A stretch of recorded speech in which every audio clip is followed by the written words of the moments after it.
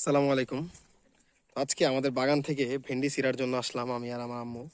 তো দেখেন আমাদের বাগানের ভেন্ডিগুলো সব বড় বড় হয়ে গেছে। আমি কাটা দিই, এগুলো মোটামুটি বড় হয়ে গেছে, আসলে খাওয়া হয় না ঠিক মতো ভাবে। এই যে দেখেন এইটাও বড় হয়ে গেছে, এগুলো আসলে সব বড় হয়ে গেছে। এগুলো হচ্ছে আম্মু রাখবা না, এগুলাকে বেসন রাখবা, এগুলা বীজের জন্য বেসন বেসন রাখবে। আর এই যে দেখেন একটা অলরেডি পেকে গেছে এইভাবে। তো কাটো আম্মু দেখি, অল্প কিছু আছে, এগুলো হচ্ছে আপনার কচি বা খাওয়ার উপযোগী। তাছাড়া বেশিরভাগই হচ্ছে দাও, এটা আমার কাছে দাও, কাটো তুমি।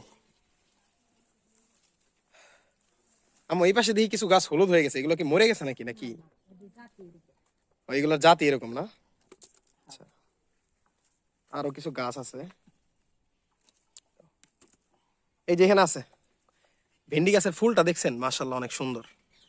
মানে এটা আসলে একদিকে দুই কাজ করে, একটা হচ্ছে সৌন্দর্য বৃদ্ধিও করে, আবার ধরেন আপনার ফল বা আপনার সবজি শাকসবজি খাওয়ার কাজটাও এখান থেকে করা যায়। মোটামুটি ভালোই আছে ভেন্ডি।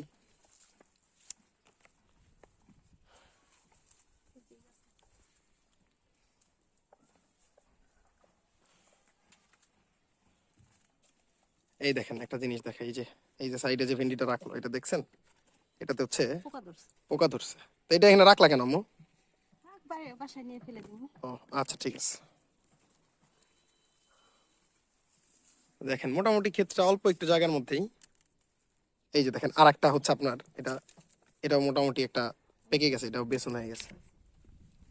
আমার কাছে এই ভেন্ডির বা আপনার ঢেঁড়সের ফুলগুলা সত্যি অনেক সুন্দর লাগে দেখতে।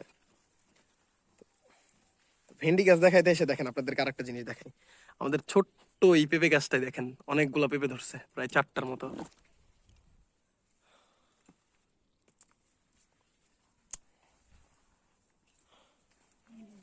বড় সিম গাছ ঢাকাইলে সিম গাছ বলে এদিকে। কোনটা? যেটা ঢাকাইলে সিম গাছ বলে। এই যেটা? ঢাকাইলে। আচ্ছা, এটা হচ্ছে তোমার ওই যে বড় বড় সাইজের যে সিমগুলো হয় আর কি, না? ওই গাছ, যেটাতে ভর্তা খাইতে খুব মজা। হ্যাঁ বুঝতে পারছি, এই ভর্তা তো আমার ভালোই লাগে খাইতে।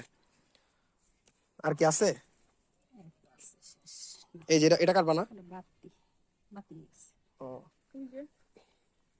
আমাদের ভেন্ডি গাছ আরো কিছু ওই পাশে আছে, তো ওই পাশের গুলো আর আজকে কাটবো না। তো আজকে এই পর্যন্তই। তো সবাই ভালো থাকবেন, সুস্থ থাকবেন। আর এই ভেন্ডিকে আমরা হচ্ছে ভেন্ডি বলি, আপনারা কি ঢেঁড়স বলেন নাকি অন্য কিছু বলেন, কমেন্টে জানান। তো ধন্যবাদ সবাইকে ভিডিওটা এতক্ষণ শেষ পর্যন্ত দেখার জন্য। ভালো থাকবেন, সুস্থ থাকবেন, আল্লাহ হাফেজ।